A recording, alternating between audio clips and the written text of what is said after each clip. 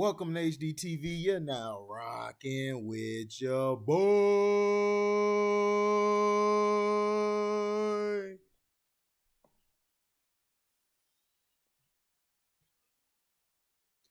So, Pro Football Hall of Famer Warren Sapp took to the radio waves, and this was back in December 14th of 2017.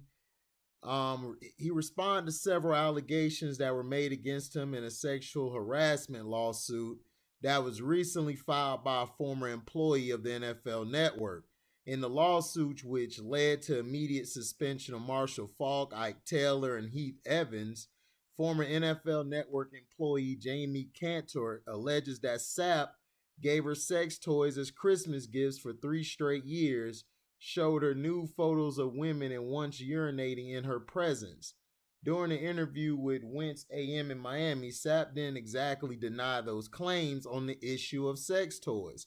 Sapp admitted that he bought Cantor a sex toy, but he claims it wasn't harassment because it was just harmless fun. We were sitting there around Christmas time and everybody brought a Christmas gift, a little holiday joy for everybody, Sapp said via USA Today. So my man had made a little novelty thing that looked like mascara, eyeliner, and different things. Little toys for ladies that move around a little bit. I showed them pictures and the makeup artist said, "Bring me some," so I brought them some for the makeup ladies. In the lawsuit, Cantor claimed she was forced to work in the men's bathroom at times during her 10-year career at the NFL Network, and during one of her shifts, she claims that Sapp came in the bathroom and urinated in front of her. Sapp didn't deny being in the bathroom, but he denied the second part. "I did walk in the bathroom, but I did not urinate in front of her," Sapp said. "I didn't pee in front of my wife, and I was married to her for 9 years. It's just not something you do. What is that about? It's not cute. It's not sexual. It's not something you want to see. Last time I checked, if you ate some asparagus, it might stink." Sapp also said he might have showed Cantor a few pictures of women that he had been dating, but he said that none of them were ever naked in the photographs. The way Sapp sees it, none of this was sexual harassment. "Where is the harassment at?" Sapp said. "I'm the notorious one. I'm always the bad guy. That's why I'm in here today. Ain't no hashtag Me Too nothing. No sexual harassment. You are not going to put that on me." The former Buccaneers star worked at the NFL Network until February 2015, when he was fired after soliciting a prostitute in the early hours of the morning following Super Bowl XLIX. In Phoenix. The NFL Network is also facing an allegation from sports reporter Lindsay McCormick. In a post to Instagram, McCormick says she was asked a sexist question while she was interviewing for a job. "If we hire you, do you plan on getting immediately knocked up like the rest of them?" is what McCormick was allegedly asked. Although that's not a good look for the network, McCormick did comment at NFL in for getting rid of the man who interviewed her. McCormick is a broadcaster who has done for both ESPN and NBC. So Warren Sapp, the one who wanted to call call the kettle black, right? Now,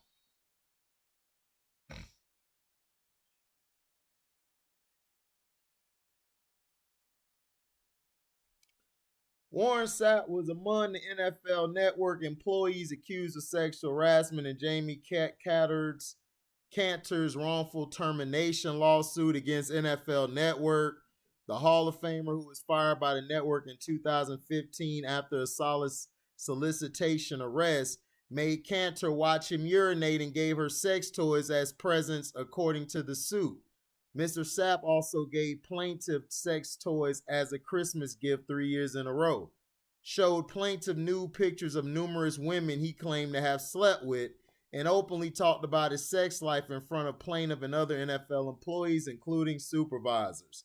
Sapp told his side of the story today, claiming he was only in the suit because he's always the bad guy, which, even if that were a remotely valid explanation, could have something to do with why a 2015 Las Vegas police report said Sapp bit and stomped his girlfriend at the time. He also admitted to gifting people vibrators, which were somehow not about sex. Sapp continued to defend himself on Twitter with the dexterity of a bear opening a jar of peanut butter. He posted photos of vibrators, or at least some vibrators, in his defense, as if the fact that they looked like tubes of lipstick would excuse everything. Sapp also said he thought they was cute, as well as you thinking sex now.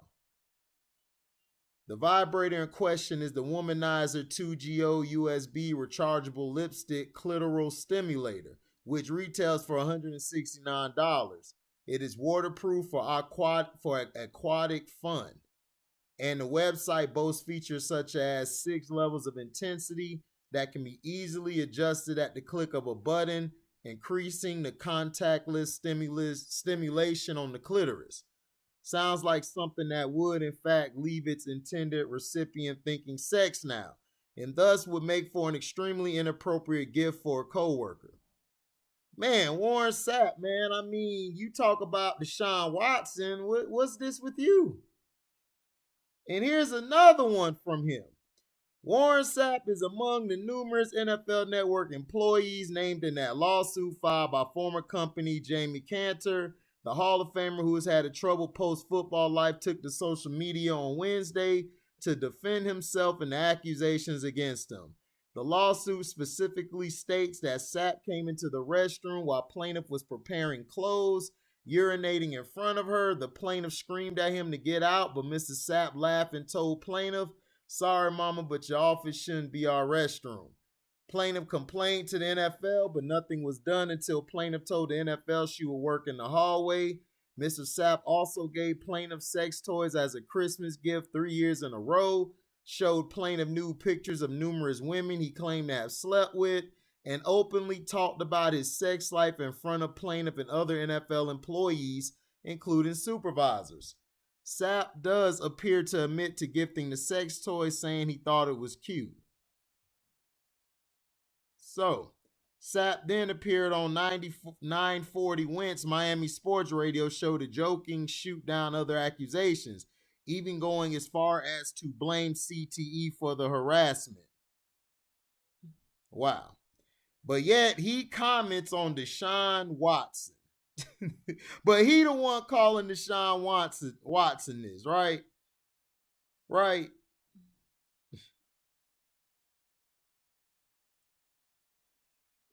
Now, fair use act, fair use act. Now, your turn, Mr. Rich Eisen.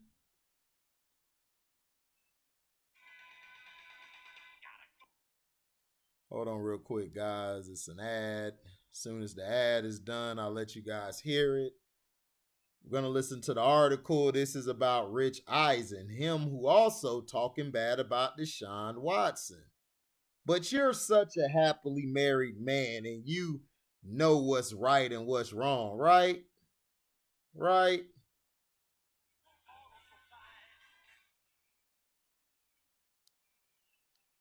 Flirty emails released between naughty newscaster Alicia Lane and married NFL Network sportscaster. She calls him arm candy. He calls her a hottie. And there's lots more banter like that in dozens of flirty emails between naughty newscaster Alicia Lane and married NFL Network sportscaster Rich Eisen in court papers filed quietly in Philadelphia.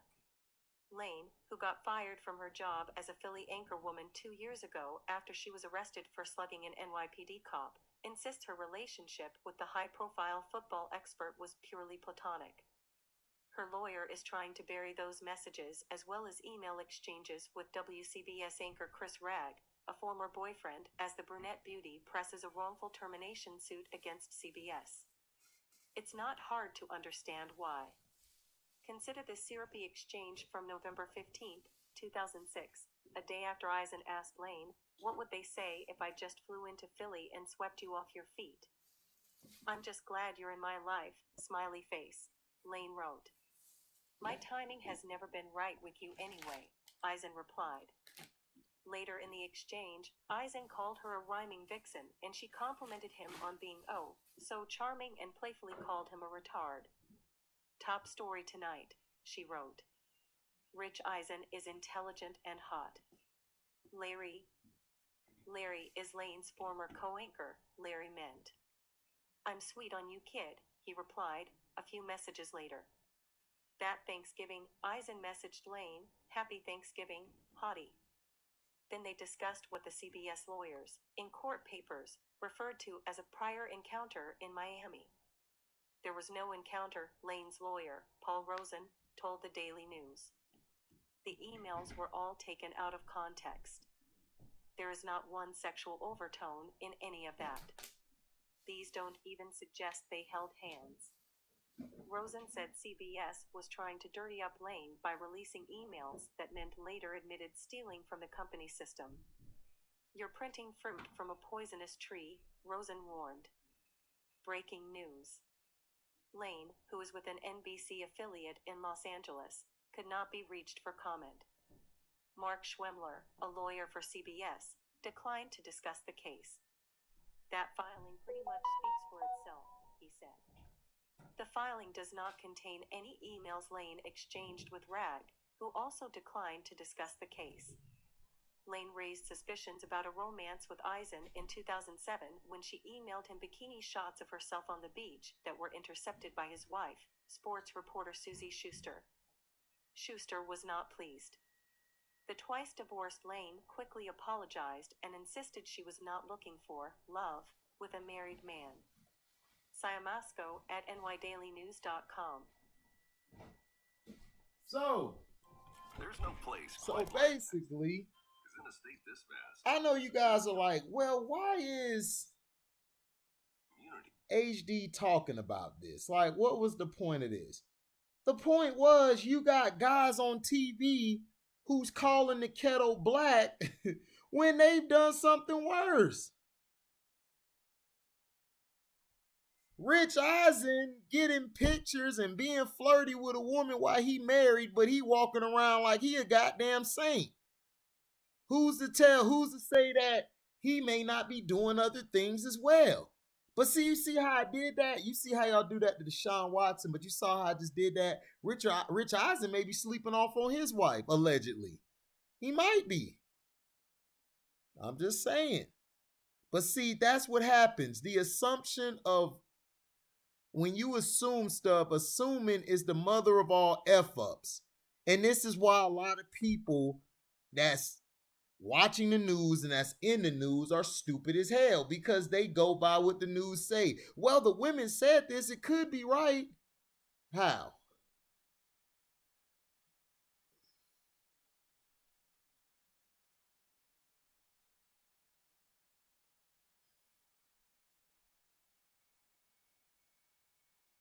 Right?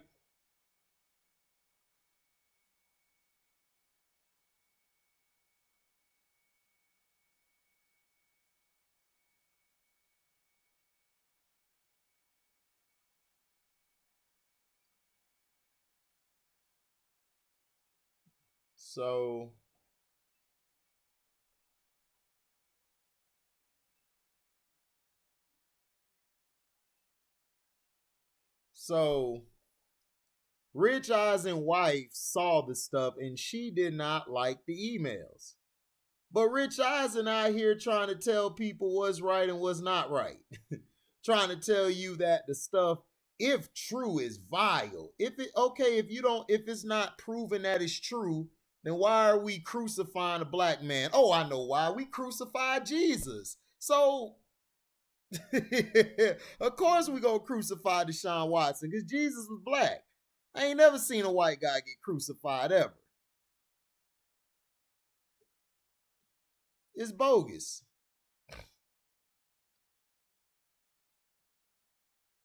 But it's funny to me how Daniel Snyder continues to get away with stuff. Right? He gets away with stuff all the time. Robert Kraft was caught on tape at a place it was a sting at. And nobody said anything, but I guess because you're a billionaire, hey, you get away with shit. But if you're a millionaire, oh no, we got to dirty your name up, even though the shit ain't been shown to be true. But this is all I'm doing is showing you how these two guys are talking the most trash, and they're not, and they're not even, how do I say, they're nobody, how do I say, they're not angels. They don't have wings. They're out here doing dirt as well.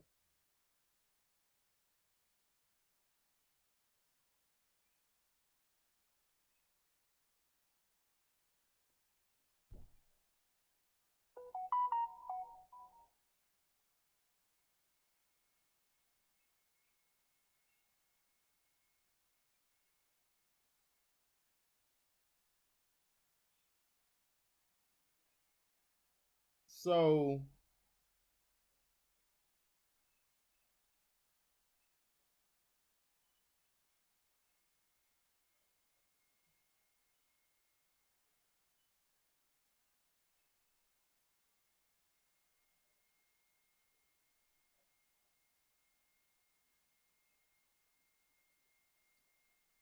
then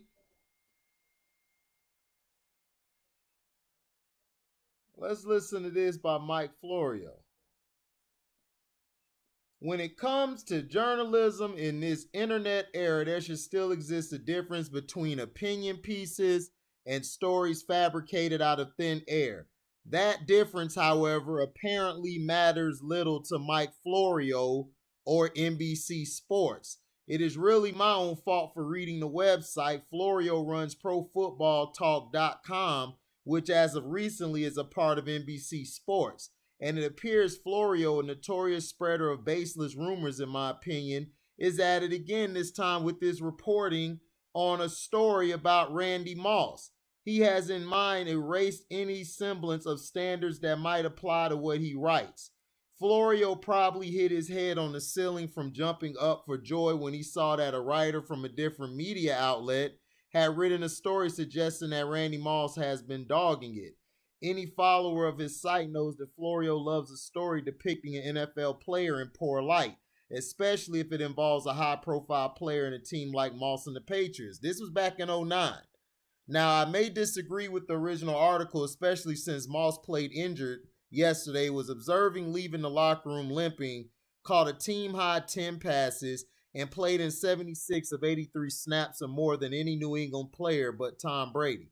Or that Moss's teammates said things like this about his performance on Sunday. He's a great player. He always comes up big for us. Moss is a great player, but he came out here and sucked it up for us. Bill Belichick said of Moss' game against the Falcons, he sure made a lot of plays. Nevertheless, the article was written and cited specifically plays to support the author's argument. Journalists, like anyone, are allowed their opinions. On his site, Florio linked to the original story, something he likely could not have done fast enough. But it does not end there for him, as he then wrote a piece that looks to me to be purely a work of fiction. The original writer had an opinion and used facts to support that opinion, which is what good writers do. Bad writers do what Florio did. They write stories that appear to be made up and likely have no connection to reality. From reading Florio, one might think that his site is the home of all the baseless rumors that would not be fit to print elsewhere. He first writes, indeed, rumors snaked through the league in early September of 2007 that Moss possibly was in danger of being released. Really? September of 2007? You sure about that timeline? Any detail of said rumor that Moss was possibly in danger? Were those rumors before or after Moss caught a pair of touchdowns and had nearly 200 yards in receiving in week 1 on September 9th, 2007, or continued to do more of the same throughout the early part of the season? Not surprisingly, Florio writes that statement without providing one shred of information to support it. He wasn't even close to being done, though, because apparently for Florio, a story about Moss and the Patriots wasn't enough to ensure a strong reaction from the highest percentage of readers. He had to throw in one more ingredient, even if there was no connection. Florio believes that Moss is now dogging it because, wait for it, his good friend Brett Favre is whispering in his ear to come to Minnesota to win a title, and Moss is listening. Patriots plus Randy Moss plus Brett Favre equals jackpot for Florio. Naturally, it does not matter that his story makes absolutely zero sense. Moss wants out of New England, a team that just in this decade has won 3 Super Bowls and in total has played in 4, reaching the AFC title game 5 times. A team that has an all-time great quarterback in Tom Brady, and despite what anyone may think of him, one of the league's best coaches in Bill Belichick. So according to Florio, Moss wants to scrap all of that to go play for the Vikings, whose best season of late came 10 years ago when Moss was still with the team, and to go play with an aging QB who very well might retire after the season and possibly won't be healthy enough at the end of the year to still be throwing passes, and to play for a head coach who is playing checkers to Bill Belichick's chess. Florio knows he has no basis for this too, but qualifies his fiction by writing it's pure speculation. That does not make it okay. Chances are, if you ever have to begin a sentence by writing it's pure speculation, then you should not be writing that sentence. From reading Florio, it appears to me that he believes he can write whatever he wants so long as he begins the sentence with some sort of qualifying statement. It reminds me of the scene from Talladega Nights when Ricky Bobby says, with all due respect, and then think there is no problem under the protection of the Geneva Convention, insulting the person he is talking to. Just because you write something as pure speculation doesn't mean you have free reign to simply make up whatever you want. There has to be some level of standards while writing under the umbrella of NBC Sports to not be allowed to make to make up stories at the expense of someone's reputation. Florio should take note of this line from season 5 of The Wire. A lie ain't a side of a story, it's just a lie. There is no evidence anywhere that the Patriots were ever considering cutting Moss in September 2007. There is no evidence that anyone with the Patriots has ever been unhappy with Randy Moss's effort for even 1 second. All I ever heard is praise from the Patriots about Moss, including this from Belichick. He is one of our most consistent, competitive, and team-oriented players, and it is undoubtedly a relationship we are excited to continue. Belichick does not exactly strike me as someone willing to heap false praise on someone. There is no evidence that Moss wants out of New England. He did take a pay cut to get to New England and then re-signed for less money to stay a Patriot in 2008. Facts apparently that aren't relevant to Florio. There is no evidence that Favre is talking to Moss. There is no evidence under conceivable theory that the Patriots trading Moss to Minnesota. Other than all those holes in his story, I guess Florio's theory makes sense. A good writer, columnist, reporter is allowed to connect the dots. A bad writer, however, takes one dot and then makes up all the rest. That is internet journalism at its worst. The real shame is that if Florio would quit this fiction writing act, he otherwise does as good a job as anyone uncovering stories from all over the NFL. But so long as NBC Sports does not care, I am sure he will keep at it, if for no other reason than despite whether his reports are fact or fiction. He got a reaction from at least one reader. It may be pure speculation, but I think that is all he really cares about anyway. So yeah. So basically you got a guy who harasses women. You got another guy who's cheating on his wife. All this allegedly, by the way. And then you got a dude who lies and perpetuates stories to make it better than what it was. And he's a fake Kaepernick supporter. So this is what I'm saying. These are the guys they put on TV because they make narratives, because the public is too stupid to go do their real research about these people talking about the Deshaun Watson thing. And then he's a part of Pro Football Talk, which they love to go to when they talking about something.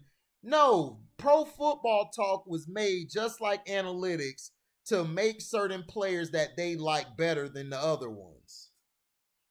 You understand?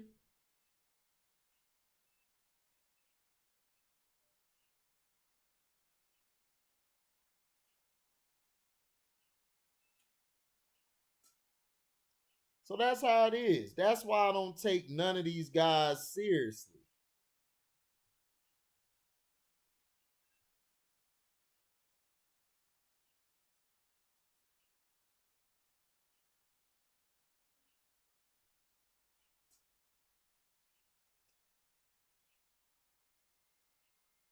You know, this is what I'm saying.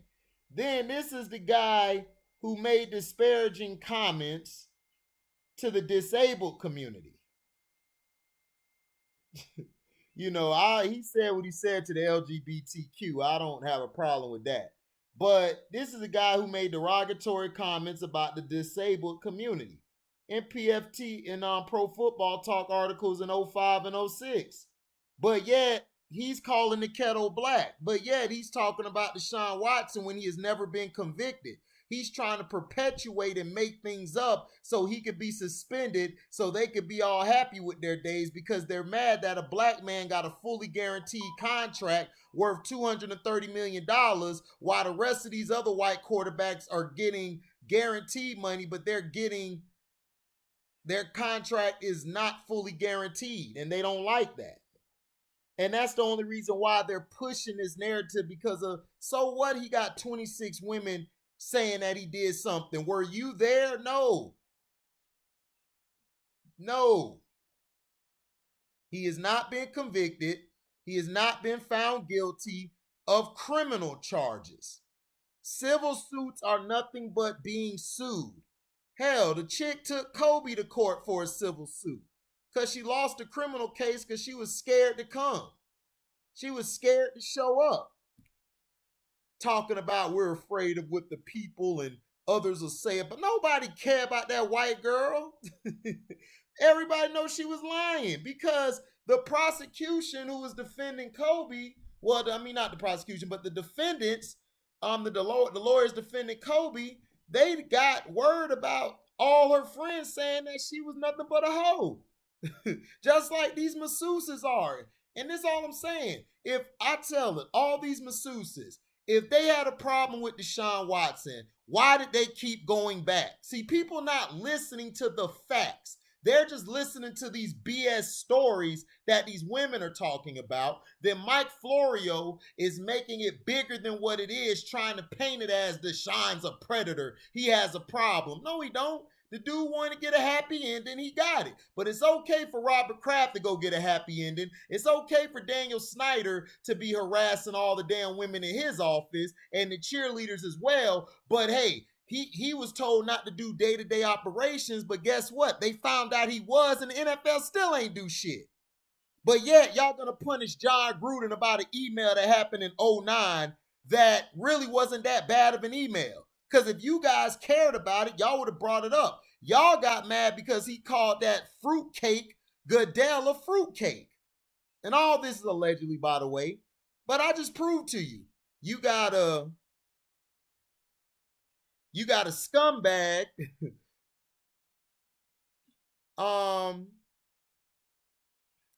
What do you call that? An adulterer and a liar. All trying to talk about Deshaun Watson. And this is everybody on TV. Shannon Sharp, Shannon Guzzler, not so sharp. You went through something like this, right? And you was trying to tell everybody you was innocent. But you know what the media did? They already painted you as a bad guy. But my bad, now you getting that big check, so now you have to go along with the good old game. I like to call them the sack holders. Their whole team is sack holders. So let me know how you guys feel in the comment section, man. I just wanted to put this out here, expose these clowns on TV because they're fake. So thank you guys for listening. We out. Deezy.